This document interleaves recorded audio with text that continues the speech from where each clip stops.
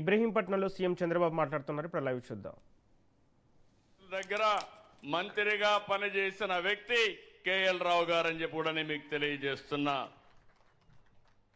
ఆ రోజుట్లో ఇప్పుడైనా మనం ఆధునిక టెక్నాలజీ ఉంది, అన్ని విషయాలు ఆలోచిస్తున్నాం.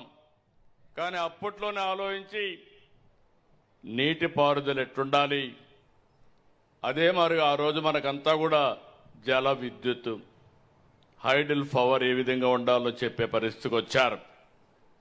భారతదేశం ఈ రోజే కాదు, ఎప్పటి నుంచో కూడా ఒక పక్క కరువు, ఒక పక్క వరదలు. ఈరోజు మనం చూస్తున్నాం. మీరందరూ కూడా గుర్తుపెట్టుకోవాలి, ఎవరైతే చరిత్రలో సమాజ హితం కోసం పనిచేశారో వారిని గుర్తుపెట్టుకోవాల్సిన అవసరం ఉంది. ఈరోజు గోదావరి ప్రాజెక్టు దగ్గర మీరు చూస్తే నీళ్లన్నీ సముద్రంలోకి పోతున్నాయి. కానీ గోదావరి ప్రాంతం కరువుతో ఇబ్బంది పడే పరిస్థితికి వచ్చారు. ఆ రోజు మనవాడు కాదు, బ్రిటన్ వ్యక్తి కాటన్ దొర, ఆయన ఆలోచించాడు, చలించిపోయాడు. ఆయన ఆ రోజు ప్రకాశం బ్యారేజ్ కట్టాడు.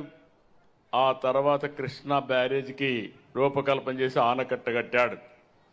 ఈ రెంటి వల్ల మీరు ఒక్కసారి చూస్తే మొత్తం చరిత్ర మారిపోయింది. ఎక్కడ నీళ్లుంటే అక్కడ నాగరికత వస్తుంది, ఎక్కడ నీళ్లుంటే అక్కడ అభివృద్ధి అవుతుంది. అందుకే ఈ రెండు జిల్లాలు, అటు ఉదయ గోదావరి జిల్లాలు కానీ, కృష్ణా గుంటూరు కానీ దేశానికి అన్నదాతగా తయారయ్యే పరిస్థితి వచ్చాయి. ఆంధ్రప్రదేశ్కి అన్నపూర్ణ అనే పేరు వచ్చిందంటే ఈ జిల్లాలే కారణమని మరొక్కసారి మీ అందరికీ విజ్ఞప్తి చేస్తున్నా. ఒక వ్యక్తి విజన్. ఇంకో పక్కన మీరు ఒకసారి ఆలోచిస్తే ఈరోజు ఇక్కడి నుంచే కేఎల్ రావు గారు కానీ ఆ రోజు నాగార్జున సాగర్కు రూపకల్పన చేయకపోయి ఉంటే, శ్రీశైలం కూడా రాకపోయి ఉంటే ఈరోజు రాయలసీమ ఆంధ్రప్రదేశ్ యొక్క పరిస్థితి ఒక్కసారి మనం ఊహించుకోవాల్సిన అవసరం ఉంది.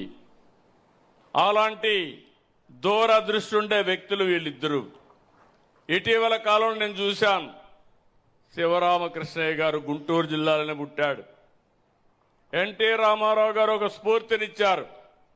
కృష్ణా జలాలు వాడుకునే హక్కు మనకుంది, రాయలసీమ కరువు ప్రాంతం, దీన్ని ఆదుకోవాలంటే ఒక బ్యాగ్ వేసుకుని, కేఎల్ రావు గారు అంతే, శివరామకృష్ణ గారు కూడా అంతే, భార్య భర్త వెళ్ళిపోయి అక్కడే కాపురాలుండి బ్రహ్మాండమైన డిజైన్ తయారు చేశాడు శివరామకృష్ణయ్య.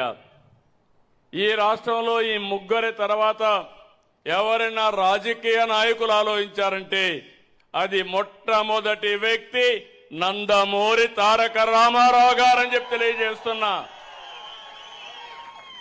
ఆయన కూడా ఈ గడ్డపైనే పుట్టాడు, నిమ్మకూరులో పుట్టిన రైతు బిడ్డ.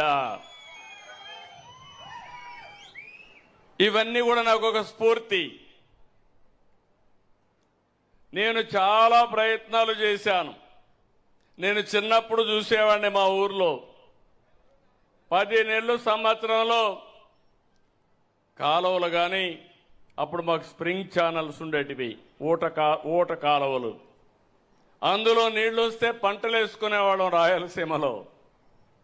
ఇంకో పక్క వాగులు వంకలు ఎప్పుడూ పారుతూ ఉండేటివి. ఇటీవల కాలంలో వాగులు అన్ని పారడమే ఆగిపోయినాయి. ఇంకో పక్క భూగర్భ జలాల్ని తోడేసే పరిస్థితికి వచ్చాం. ఈరోజు మీరందరూ గుర్తుపెట్టుకోవాలి, కరెంట్ వచ్చిన తర్వాత ఒకప్పుడు నీళ్లు మీరైనా సరే ఇక్కడ కాలువలు, ఈ యొక్క ఆనకట్లు ఉన్నాయి, కానీ రాయలసీమలో మోట్లు పెట్టి ఇక్కడ కూడా అప్లాంట్స్లో ఆ పని చేసేవాళ్ళు, ఎద్దలతో కప్పిలు తీసేవాళ్ళం.